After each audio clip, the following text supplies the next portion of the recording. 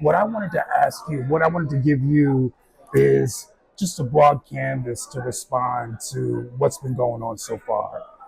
Yeah, well, first of all, these first couple of years in office have just been a remarkable journey. When I was elected, I was given the vote of confidence to respond to decades of just disinvestment and negligence in communities across this city.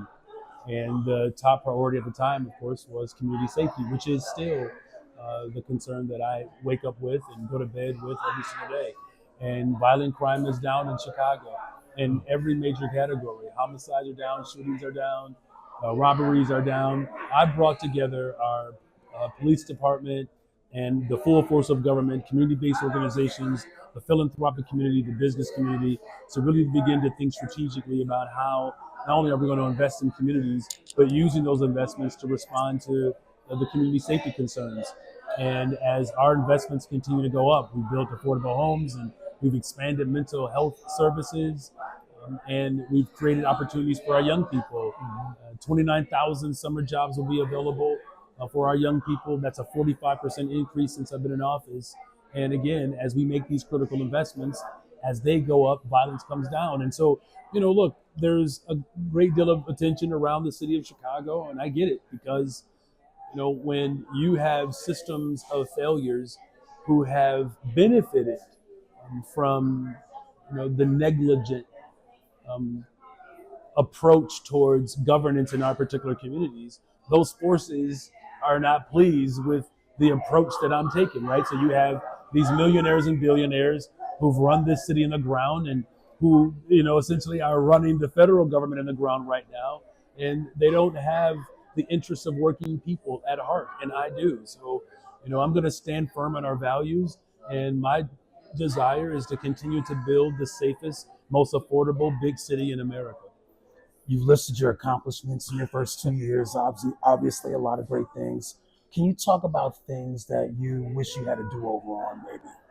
Well, look, I don't know if anyone knew that the governor of Texas was going to, use the border as a way to attack, cities that are ran by Democrats or cities that are ran by, leaders who, like me, reflect the values of working people, right? And if I would have known coming in that a governor would spend $220 million to ship people to the city of Chicago, I would have worked even harder to challenge the federal government to step in. Because, look, we were abandoned by the federal government. Cities were left on our own to respond to this crisis, right? There were human beings who were sleeping on floors in police districts all over the city of Chicago. That was all in place before I got elected, Yeah. and it was exacerbated when buses just kept coming. Yeah. Now we fixed it, right? We stopped, those buses from coming unannounced. We hadn't had a bus come since to Chicago directly by the end of 2023, and of course they were trying to push buses in surrounding areas, but we built a one system initiative out of that crisis, where now families who are unhoused, for the first time in a decade, there's not a single family on a waiting list that's seeking shelter. And so, as much as I wish we would have had more support from the federal government, or we would have known how iniquitous the governor of Texas would be. But I've learned a lot from that. That you can stand up to tyranny, even in a crisis, and then build something out of that. And so, with our One System initiative, we increased the number of shelter beds by 126%. So, what someone meant for evil, we turned it around and made it for our good, especially for our people. What have you learned from even that ordeal and even just personally and professionally from this? Yeah. I think the big lesson that I've learned is that even when you're doing good things, you can't take it for granted that people know that those things are happening, Yeah. right? The number of residents that I've communicated with and shared the work that we're doing in Chicago, the number of residents who would come up to me and say, "Man, we had no idea." It reminds me of, like, I remember when my siblings and we finally got up enough courage to confront our father. I don't know, I don't know how many black families have done this, but I can tell you, it wasn't in a hostile way. We just kind of wanted to better understand why. And my father's a man of his generation, and he's 82 now. But there weren't a whole lot of high fives and hugs, I would say, coming from our father. And when we talked to him about it, he said something to us that resonates today. He said, "Look, I got up and went to work every day. I worked double shifts. I provided as much as I possibly could for you.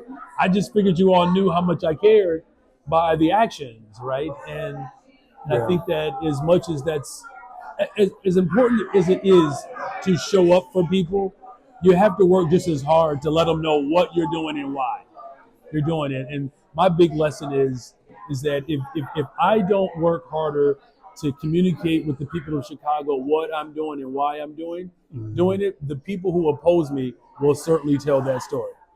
Absolutely. Yeah. Yeah. You did mention the summer coming. There's a lot of talk about the public safety initiatives. There's talk about the SNAP curfew that's still lingering. Can you lay out your vision for the people, for Black people, our audience, about what you like to see this summer in regards to public safety? Yeah. One of the most challenging parts of my day, it's the first morning call that I get from my chief of staff. Where my chief of staff outlines everything that happened when I went to bed, right? And it's a moment in my day where there's a certain level of anxiety because you know that there are people in the city who are hurting, who are traumatized, and they take that out on our people. And to get the calls of how many people were shot or lost their lives overnight, that's just something that you can never normalize. And, when I think about summer as well as just safety as a whole, especially around our young people, it's important that we do the things that work, right? And there's no evidence that a curfew is going to prevent violence from happening. What we do know though is that if we're all working together collectively to hold people accountable, but also to create opportunities for people, that is the pathway to safety and to real community safety. And that's why, if I take Austin, for instance, where we are today, my neighborhood, where last year the greatest the largest amount of young people who were hired from one community was the Austin neighborhood. It was almost 1,700 young people from Austin who received summer jobs. The top 10 neighborhoods were all brown and Black neighborhoods, essentially. And what we saw in Austin was some of the greatest declines in violence. I think there's a direct connection between our investments in young people and helping them find their purpose and the decline that we're seeing in violence as a whole, right? And so, with the curfew, we already have a curfew. My job with my superintendent is to work to prevent these large gatherings from happening. And for the most part, we prevent most of them from happening. Trust me, there are many more that are being promoted. But what we have seen, though, is particularly as we prepare for this summer, when we bring young people to the table, police officers in the department to the table, the business community to the table, the faith community to the table, all of the stakeholders to the table to come up with these activations for our young people. So young people are planning activations all over the city throughout the summer to give young people something to do. We're creating summer employment, and again, we're working with all of our stakeholders to ensure that we prevent these gatherings from happening and ultimately keeping people safe. Now, the other thing that I think is important to note that the work that we have put forward, that my administration has put forward, we're already seeing the results of how it's driving violence down in the city of Chicago. April, for instance, the month of April had the fewest amount of homicides since 1962. And so these investments, people always say, well, it's going to take time. Sure, but what it takes more, it takes commitment. And it takes a real love for our people to ensure that our people are not in harm's way. And by creating opportunities for our young people, by hiring more detectives, I've hired 200 more detectives. And so we're seeing the clearance rate for homicides continue to go up. And so as we solve these homicides, we're using new technology to solve shootings as well. Because just because you didn't kill somebody, but you shot someone, we're going to hold you accountable too. And so the same strategies that we have been using to increase our clearance rates around homicides, we're going to use that same strategy to increase our clearance rates around shootings, period. Because we have to hold people accountable in this city, especially because the harm has been overwhelmingly on the west and south sides of Chicago. So it's the full force of government, in other words, Yeah. that my approach is offering up so that we can have the safest, most affordable big city in America. What's left for you to accomplish in these final 2 years? Yeah, so these next couple of years, I really want to continue to build more affordable homes. There's a program I'm real excited about. It's called the Missing Middle, where we're providing opportunities for developers to build owner-occupied units. So we put forth the first $30 million of my 1.25 Build Better Together bond, the largest investment for economic development and housing in the history of Chicago. And so this missing middle is going to give developers an opportunity in our community, our developers, to have large swaths of land that the city owns that we will deliver to these developers so that they can own, occupy, and rent at the same time. Because what I want to accomplish, I want to build generational wealth for our people. And the way we do that is through development and home ownership, right? And, we know the average cumulative wealth for white families in Chicago is over $200,000, where the cumulative wealth for black families is $0. And so we built 4,000 affordable homes almost. 1,800 are under construction.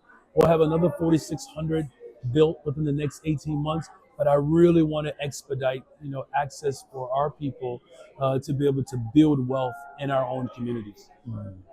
And one of my final questions here is, after your term is up, what do you think is next for you? What would you like to see happen after that?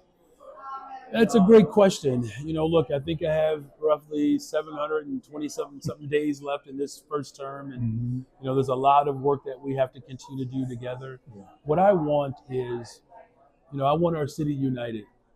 I do. In any role that I've ever played, whether it was a public school teacher or an organizer, a Cook County commissioner, and now as mayor of Chicago, is that I want to make sure that people across our city are seen, heard, valued. That my work to invest in people, to invest in our communities, is ultimately motivated by my desire to build the safest, most affordable big city in America. And here's why I say that: is because what good does it do to have a safe city, but we can't afford to live here? The average prices of homes in New York and Los Angeles, 1.1 million, 800, $900,000 a year. I mean, a home. But what good does it to have an affordable city, but you don't feel safe? Yeah. Right. And so this is why, I want to do both. And so when I look up in the next 700 days or so, I want to see a more united city and, a city that is really showing up on behalf of working people. And finally, when you talk about, really pushing to amplify the voices of the unheard, amplifying the pocketbooks of the unheard, there is that inevitable backlash that we see, and we're seeing it in Washington as well. Yep. How do you go about your job with that reality that there are forces out there who don't want to see a Chicago become safe and affordable and equitable? Don't go in it alone. That's my comfort. I'm not in this fight by myself. There are generational leaders that did their part to get us to this point. It is now our time and our turn to do what not only our ancestors did, but where they were not able to receive and experience the fullness of the hopes and dreams of our ancestors, that it's now our turn to show up in a dramatic way. And so when I see the forces gearing up against us, I'm reminded of Ida B. Wells and Muhammad Ali. Of course, we still have a living legend in Reverend Jackson. That's here. I think about Karen Lewis. You have these faith. You think about um, you know, Congressman, Davis, but you also think about Mayor Harold Washington and Dorothy Tillman. There's so many different leaders that have done their part. Now it's this generation's turn to bring people together and fight to make sure that our people can live in peace and harmony and to experience the fullness of this economy. So as a middle child, as one of 10, my oldest brother would always say, if you're in a fight and you're ducking, you're probably losing. But if you are in the fight, make sure that you put out the call. And there are lots of people that I know who believe in equity and justice and are willing to fight for that. There it is. Right on, brother. Oh, man, thank you so much. I appreciate that. Well done. All right. 3:30, 1:30, get it all trimmed up. Exactly, right.